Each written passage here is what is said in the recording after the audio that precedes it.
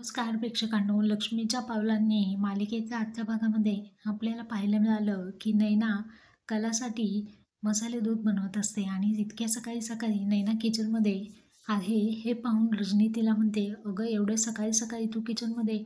त्यावरती नैना असं दाखवते की तिला कलाची काळजी आहे. रजनी म्हणते, हो अगं, पाहून खूप छान वाटलं की तुला तुझ्या बहिणीची काळजी आहे. परंतु नैनाचं वेगळंच इंटेन्शन असतं.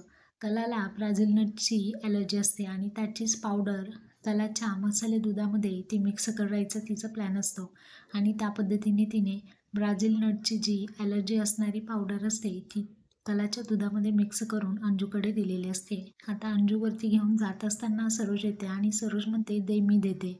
आज कॉफी चहा न करता काहीतरी छान वेगळं केले मसाले दूध, कलाला आराम मिळेल. आता सरोज तिच्या रूममध्ये घेऊन येते. तेव्हा कलाला विचारते, बरी आहेस का? त्यावरती कला म्हणते, उठलं की मला चक्कर येते, म्हणजे पडून राहिल्यानंतर बरं वाटतंय. त्यावरती आता सरोज म्हणते, हे मसाले दूध आणलं आहे, पिऊन घे.